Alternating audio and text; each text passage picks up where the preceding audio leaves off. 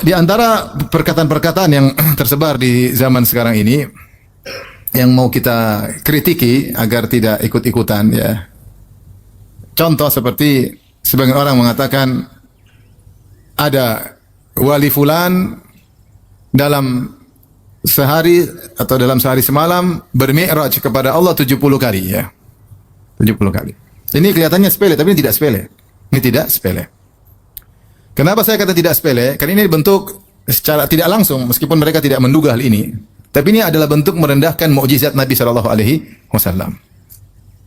Karena di antara mukjizat Nabi yang luar biasa yang menjadikan Nabi diragukan oleh orang-orang kafir Quraisy ketika itu sampai sebagian ada yang murtad, sampai ada yang menjadikan ini bahan hinaan kepada Nabi sallallahu alaihi wasallam karena mereka tidak percaya menurut logika mereka adalah peristiwa apa? Isra wal Mi'raj. Al-Isra wal Mi'raj. Yang Allah abadikan dalam Al-Qur'an. Subhanalladzi asra bi 'abdihi lailan minal masjidil haram ila masjidil aqsa alladzi barakna haulahu linuriyahu min ayatina. Innahu samiul basir. Maha suci Allah yang telah memperjalankan hambanya di malam hari dari Masjidil Aqsa Masjidil Haram ya, dari Masjidil Haram ke Masjidil Aqsa yang kami berkah di sekitarnya. Linuriyahu min ayatina agar kami nampakkan tanda-tanda kebesaran kami. Allah juga sebutkan tentang Mi'raj dalam ayat yang lain, wa laqad ra'ahu nazlatan ukhra inda sidratil muntaha. Sungguh Nabi Muhammad SAW telah melihat Jibril dalam bentuk aslinya dalam kesempatan yang lain. Kapan? Inda sidratil muntaha, ketika Nabi di sidratil muntaha. Ini ajaib luar biasa ya. Sampai banyak orang-orang aklaniyin yang menggunakan akal mereka menolak Isra Mi'raj. Kata mereka ini tidak sesuai dengan sains. Karena fisik jasad Muhammad kalau harus naik ke sidratil muntaha maka harus melewati atmosfer dan sudah akan hancur tubuhnya karena macam-macam lah mereka. Mungkin kesandung meteor. Intinya mereka bilang tidak masuk akal. Tidak masuk akal. Ini namanya mukjizat. Kalau masuk akal namanya bukan mukjizat. Ya enggak? Mukjizat itu sesuatu yang di luar nalar, ya. Taib.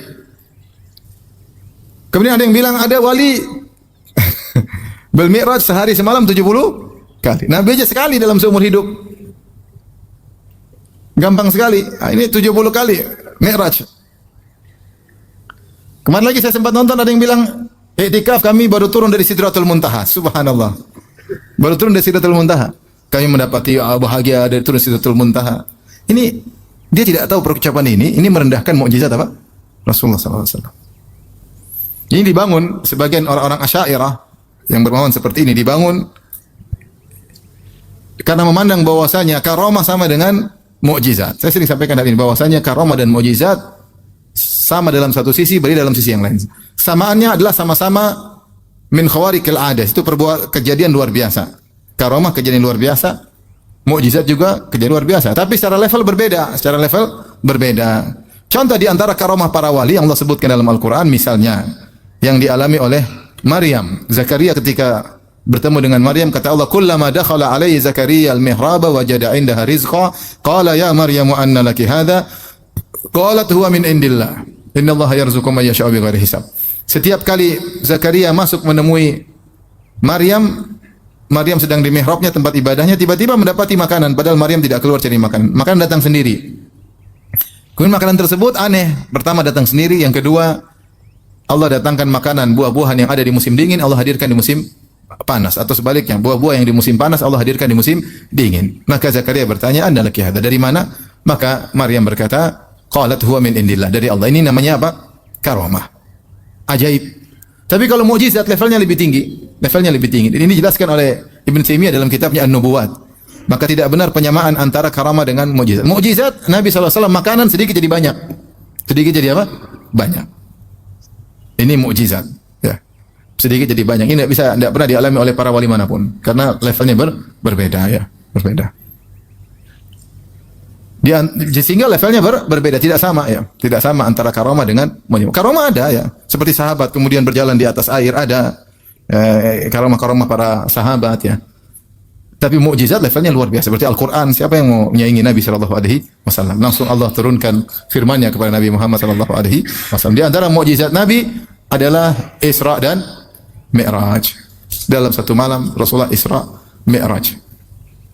Kemudian datang seorang mengatakan wali fulan Mi'raj 70 kali. Ini ngalahin Nabi.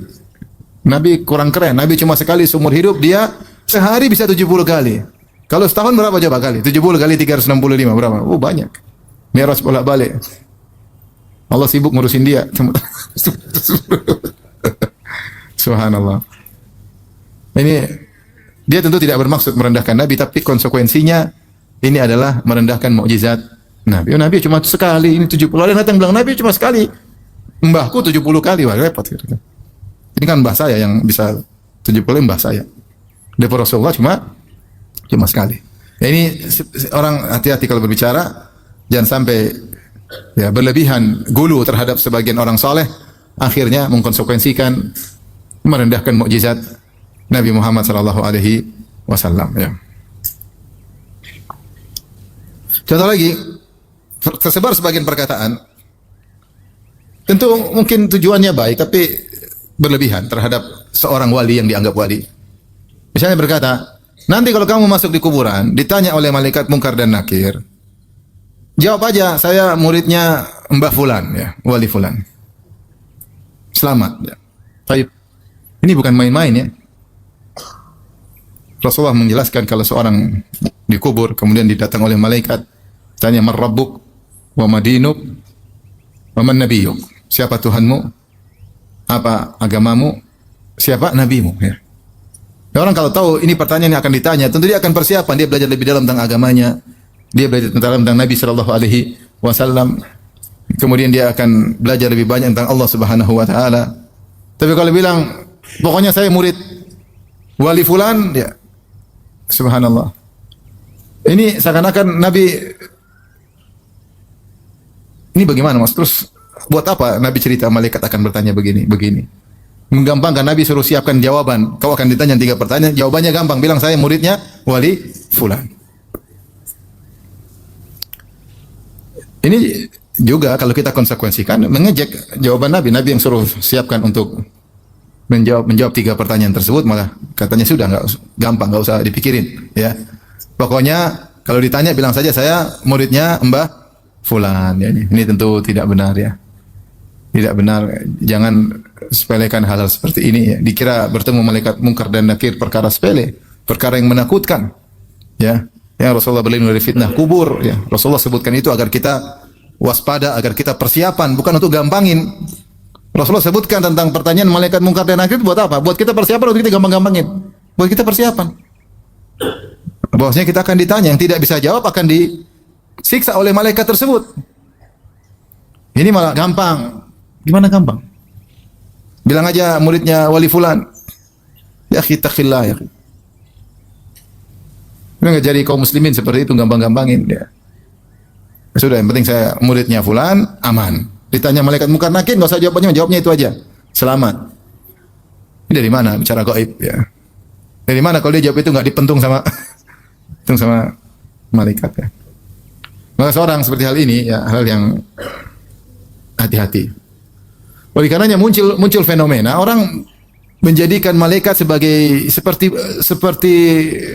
bahan yang dianggap makhluk Allah yang dianggap remeh, tidak diagung. Sementara Allah mengagungkan para malaikat. Ya. Allah bersumpah dengan malaikat wal mudabbirati amra, demi malaikat-malaikat yang menjalankan urusan-urusan Allah Subhanahu wa taala. Allah sebut tentang para malaikat dengan bahwasanya mereka adalah makhluk yang luar biasa, yang tunduk dan taat kepada Allah Subhanahu wa taala dengan berbagai macam tugas-tugas mereka. Allah sebut tentang malakul maut, malaikat pencabut nyawa. Kemudian tentang seorang bicara tentang malaikat seperti jadi bahan mainan. Ini tidak boleh ya. Tidak boleh. Seperti dulu saya pernah dengar ada seorang wanita mengkritik hadis ya. Datang dalam hadis yang sahih, Rasulullah SAW bersabda, "Idza da'a ar-rajulu imra'atahu ila firashihi fabata ghadban la'anathal malaikatu hatta tusbih." Kalau seorang laki mengajak istrinya untuk berhubungan di malam hari, lantas sang wanita tidak mau, tanpa udzur syar'i tidak mau, maka wanita ini akan dilaknat oleh malaikat sampai pagi hari. Kemudian dia komentar, apa urusan malaikat ikuti urusan rumah tangga? Subhanallah. Jadi, maksudnya dengan mudahnya dia ngomong gitu, ngapain malaikat ikut campur urusan apa rumah tangga? Ini ada ejekan, meskipun dia tidak maksud aja, tapi ini kalau kita nilai secara ini ada ejekan. Kok ngejek, Rasulullah bilang gini, kok bilang begitu? Malaikat ngapain ikut campur urusan rumah tangga? Ini contoh ngejek ya. Atau jadikan malaikat seperti bahan lelucon ya. Nanti di neraka begini, malaikat bingung, malaikat kaget. Misalnya kadang-kadang malaikat dijadikan bahan candaan ya. Dijadikan bahan candaan. Jadi kira pikir neraka perkara untuk main-main ya. Untuk jadi bahan candaan. Orang sebut neraka itu untuk agar takut kepada Allah, bukan untuk main-main. Sehingga ketika orang berbicara tentang neraka sambil ketawa-ketiwi, orang tidak rasa takut ya. Jadi bahan lelucon. Jadi bahan lelucon. Neraka jadi bahan lelucon, malaikat jadi bahan lelucon. Harusnya kita mengagungkan apa yang diagungkan oleh Allah Subhanahu wa taala ya. Seperti ini malaikat ini sering jadi bahan apa? Jadi bahan omongan yang buruk ya. Ada lagi yang mengatakan ada seorang sedang disiksa oleh malaikat Munkar dan Nakir. Kemudian dia dikubur di samping kuburan wali. Walinya lagi zikir di kuburan terganggu. Gara-gara ini orang teriak-teriak terus, "Aduh, tolong, aduh." Akhirnya wali tegur malaikat Munkar dan Nakir, "Jangan siksa dia, saya nggak bisa zikir."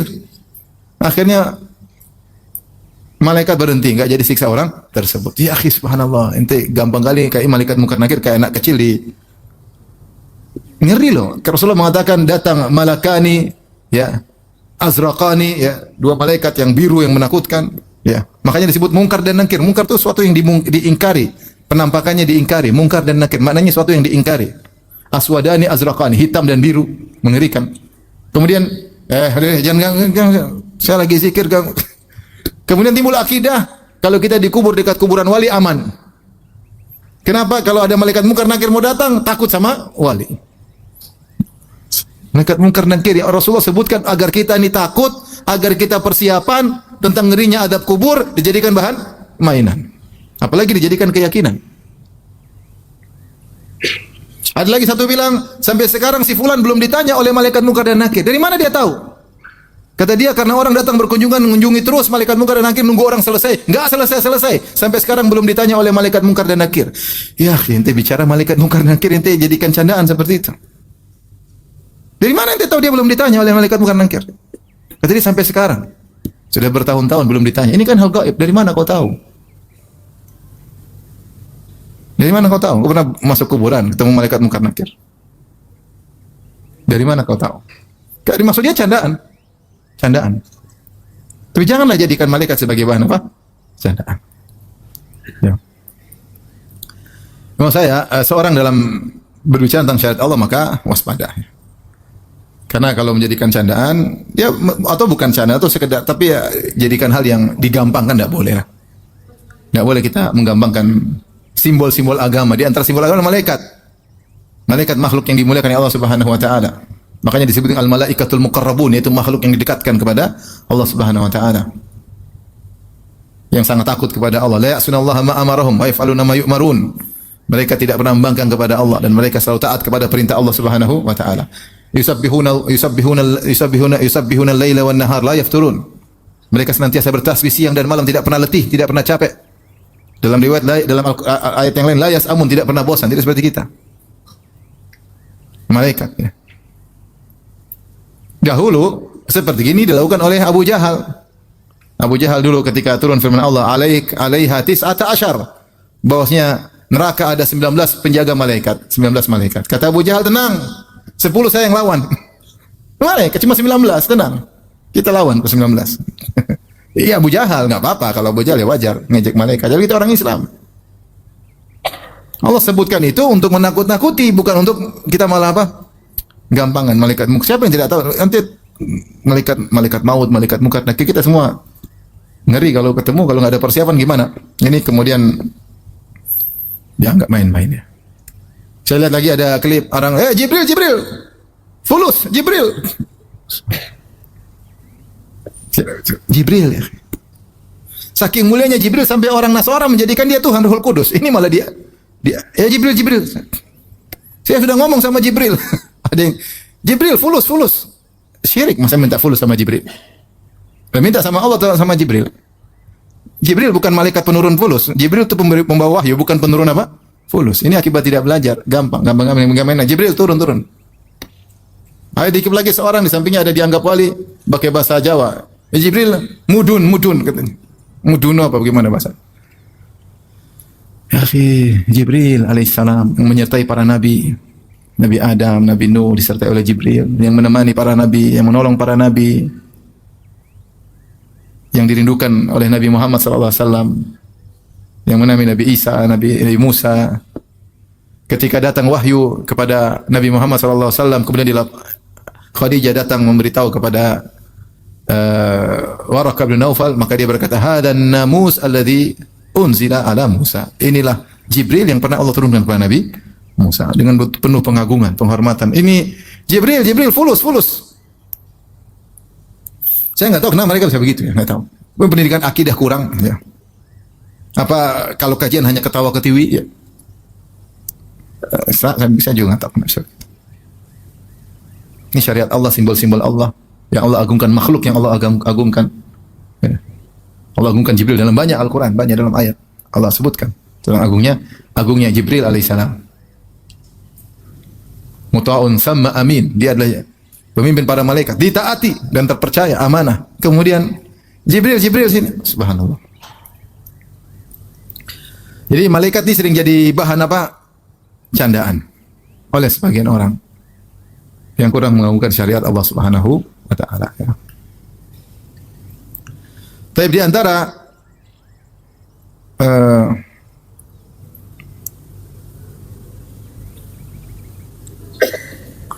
antara juga kalimat-kalimat yang tersebar beredar ya. Mudah-mudahan tidak diikuti oleh kaum muslimin ya. Seperti saya dengar ceramah salah seorang yang dianggap wali. Kemudian dia pun mengatakan kalian harus menghormati kuburan wali fulan. Ya. Kalian tahu siapa yang jaga kota kita? Yang jaga kota kita adalah wali fulan yang sudah meninggal. Ini maksudnya apa? Ketika seorang disuruh yakin bahwasanya yang menjaga kotanya adalah kuburan wali fulan. Apa yang dialami oleh masyarakat kalau seperti ini? Akhirnya masyarakat datang minta pengamanan, minta ketentraman, minta kenyamanan karena menganggap wali ini adalah penjaga apa? Penjaga kota tersebut ya. Ini tentu ada terkait dengan syirik tauhid rububiyah, terhadap tauhid rububiyah. Karena dalam keyakinan kita Allah adalah Ar-Rabb, dia satu-satunya Ar-Rabb. Ar-Rabb artinya yang mengatur, mencipta, dia menguasai ya. Disebut dengan tauhid rububiyah. Ya, dialah Maha Esa dalam penciptaan, dia adalah Maha Esa dalam pemilikan, dan dia adalah Maha Esa dalam pengaturan. Yudabbirul amr. Dialah yang mengatur segala urusan ya. Allah tidak pernah menjadikan orang yang sudah mati menjaga suatu kota, enggak ada. Dia saja sang wali tersebut tidak bisa menjaga dirinya. Dia saja meninggal, dia sakit, dia tidak bisa menjaga dirinya, ya. Bagaimana kemudian dikatakan dia menjaga suatu kota? Kawasan bukan satu RT, satu kota dijaga oleh wali tersebut. Menjadikan orang punya keyakinan macam-macam terhadap wali tadi, ya.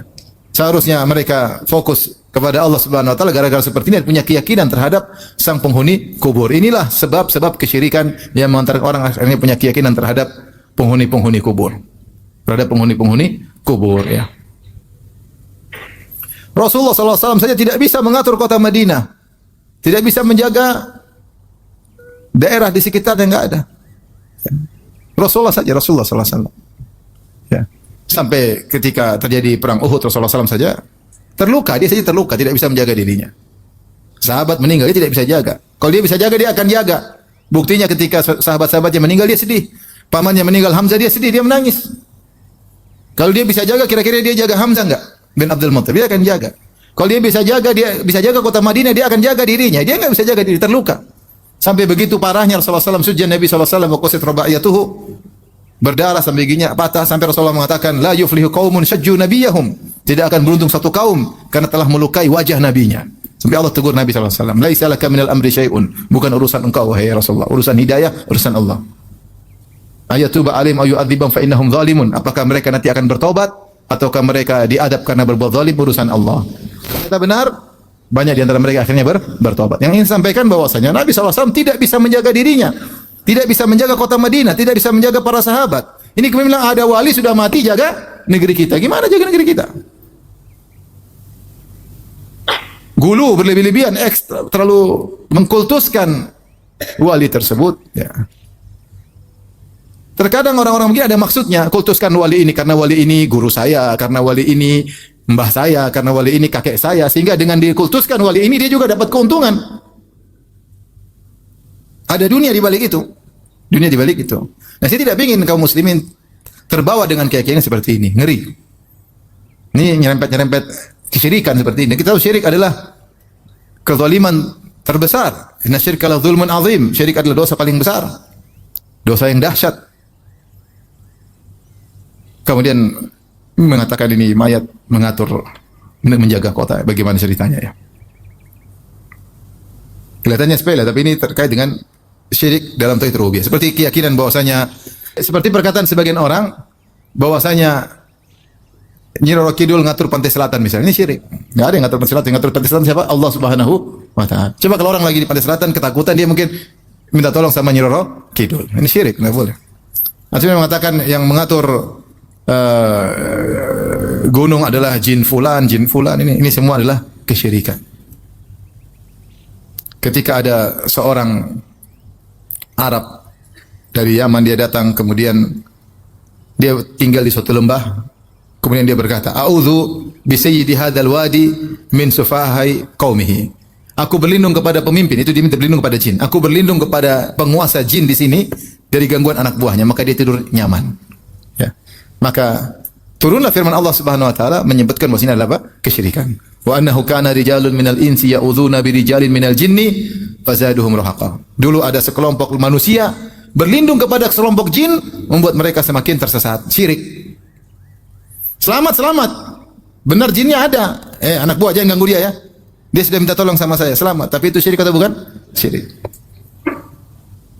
Akhirnya kalau orang ke ini pantai selatan dikuasai Nyi Roro Kidul. Akhirnya apa? Kalau mau selamat kasih sajen.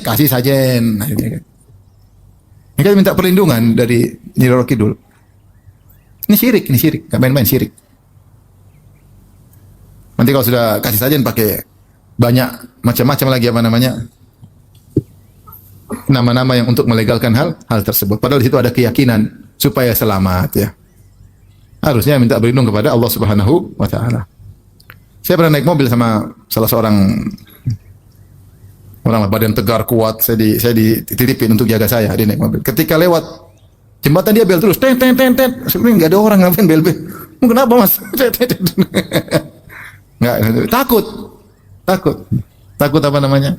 Celaka. Ya kan baca doa selesai. Baca doa, aku minta sama jin bisa apa? Jin enggak bisa apa-apa, di bawah kekuasaan Allah Subhanahu wa taala. Enggak bisa apa-apa. Ini tidak tepat seperti ini. Ya. Sampailah ada kawan, dia cerita suatu daerah, dia supir mobil, sunnah, jenggotnya panjang. Kemudian naik di belakang dia ada orang musyrik. Kemudian mereka melewati suatu patung berhala. Orang musyrik ini bilang bel, numpang lewat. Teman saya sunnah, ngapain bel? Enggak katanya. Mau saya syirik, saya nggak mau syirik. Bel katanya enggak bel. Enggak, ribut mereka. Bel, takut celaka. Yang ini kalau bel takut celaka, ini kalau enggak dibel takut apa? Celaka, berlawanan. Akhirnya dia tidak mau bel. Akhirnya ini orang musyrik di belakang buka jendela, dia bel sendiri. Titit katanya. Subhanallah. Ya, kalau dia tahu dia dalam mobil, itu berhala tidak dengar. Supaya dengar dia buka apa? Jendela. Dia titit. Selamat.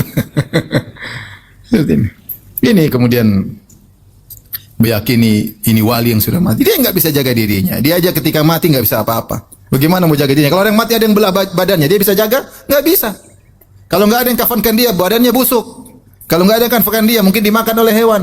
Makanya dia tidak bisa. Makanya dimandikan, sudah nggak bisa mandi, dimandikan, sudah tidak pakai bisa baju, dikafankan, tidak bisa masuk rumahnya, tidak bisa sholat, disolatkan, tidak bisa masuk rumahnya, dikuburkan. Kemudian meyakini bahwa ini mengatur alam, ikut menjaga alam semesta. Ini kesyirikan ya. Hati-hati. Seperti ini tidak boleh. Seperti sebagian mereka lagi pas musim pandemi, ramai itu menjadikan sebagian foto wali sebagai jimat. Kata sebagian mereka, tenang.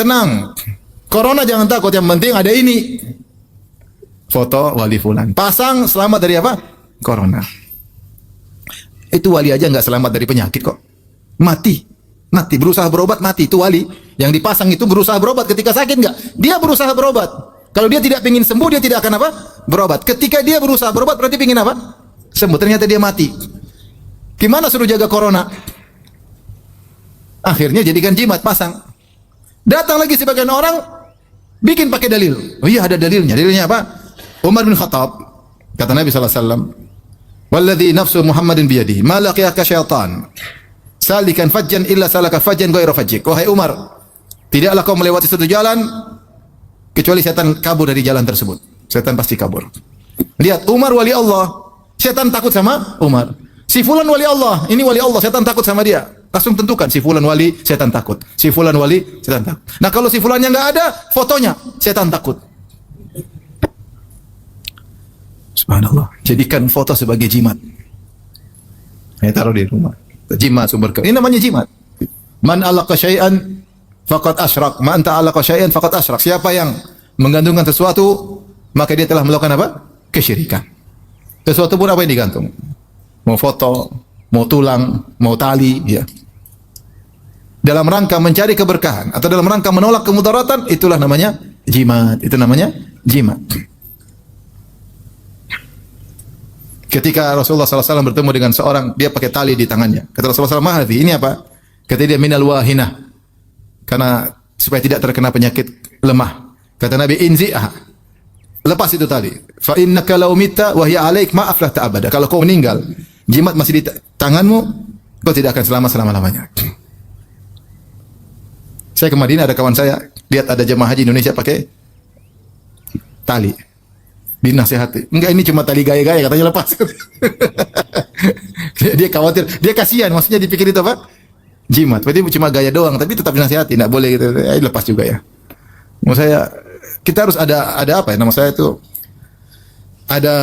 kalau ada hal-hal yang terkait dengan kesyirikan harus waspada, karena ini bukan dosa kecil. Kita juga bukan hanya tergerak gairah kita ketika melihat ada orang buka aurat, ada orang berzina. Bukan, syirik juga kita harus perhatian. Syirik lebih besar daripada zina. Syirik lebih besar daripada riba. Kalau terkait dengan nyerempet-nyerempet syirik, jangan kita sepelekan ya. Ini ngajarin orang pakai jimat. Punya keyakinan terhadap foto, punya keyakinan dan macam-macam ya. Ikat foto wali, taruh di pinggang ya. Untuk nakut-nakuti monyet. Sampai orang-orang dulu mau berjihad pakai jimat-jimat. Kenapa pakai jimat? Supaya enggak mati syahid. Jihad kan supaya mati syahid, tidak? Pakai jimat supaya enggak mati apa? Syahid. Kalau jimatnya ketinggalan balik, tawakalnya bukan sama Allah, tawakal sama jimat.